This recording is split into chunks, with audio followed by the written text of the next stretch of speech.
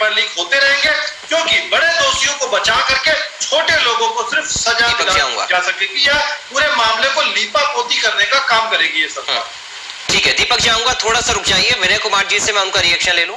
विनय जी, आपको कमेंट चाहूंगा सर, इस पूरे प्रकरण को लेकर सरकार कड़ी कार्रवाई की बात कर रही है और एक बार फिर से परीक्षा आयोजित होगी, उसकी डेट भी आ गई है, लेकिन बार बार पेपर लीक होना, इस पर विपक्ष सवाल भी उठा रहा है। आपका रिएक्शन इस पर क्या है?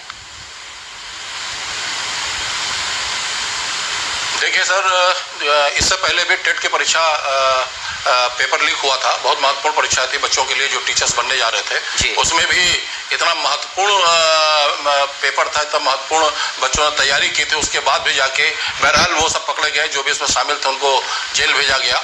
और ये चूंकि बच्चों ने इस बार पढ़ाई नहीं हुई, बच्चों ने बड़ी मेहनत की है, बच्चों के ऊपर ध्यान न देके जो भी शिक्षा माफिया हैं ये लगातार लगे रहे। आपको एक बात और बताना चाहूंगा, अभी हमको खबर मिली है कि डीआईएस जो वहां के थे बलिया के ब्रजेश मिश्रा जी, वो सस्पेंड कर दिए गए। इन डीआईएस का पहले से भी पहले बीएसए रहे, भ्रष्टाचार में घिरे रहे।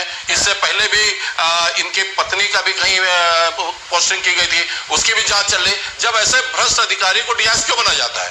दूसरी बात, कम से कम अभी भी तमाम ऐसे डीआईएस जो 5-5 साल हो गए वो हटे नहीं। और सबसे महत्वपूर्ण बात यह है कि जो हमारे माध्यमिक के शिक्षा निदेशक हैं, माध्यमिक के सचिव हैं, वो पूर्णकालिक नहीं है।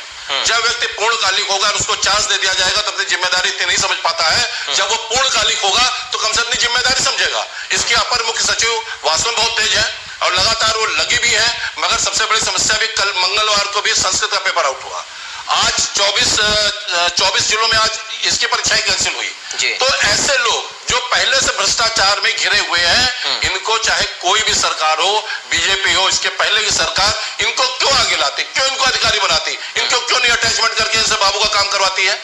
जब ये पहले से भ्रष्टाचार में घिरे हैं, ये हरदोई रहे हैं, ये प्रतापगढ़ रहे हैं, जहां जा रहे हैं, इनके ऊपर हमेशा कोई ना कोई वो लगा रहा।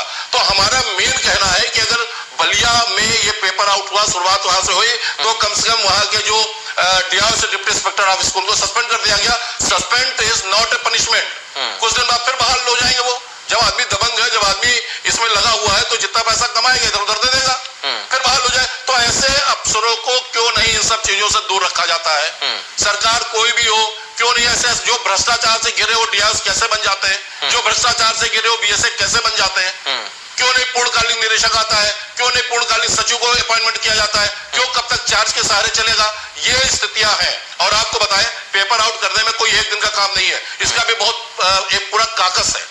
जो इसमें शिक्षा माफिया जुड़े हैं, जो इसमें तमाम सेंटर सुपरिटेंडेंट जुड़े हैं, तमाम प्रधानाचार्य भी हो सकता है, कुछ ऐसे जब पहले 10-12 साल 15 साल परीक्षा होती थी उसमें लिप्त रहते थे, वो भी इसमें शामिल है। क्योंकि इतनी शुचितापूर्ण परीक्षा होने में उसकी पैकेजिंग होती है, सेंटर पे उसको बिल्कुल लॉक किया जाता है। पेपर एग्जाम होने से थोड़ी देर पहले पेपर खोला जाता है। पेपर खोलने के बाद उसमें 4-5 जो अध्यापक होते हैं उनके सिग्नेचर कराए जाते हैं।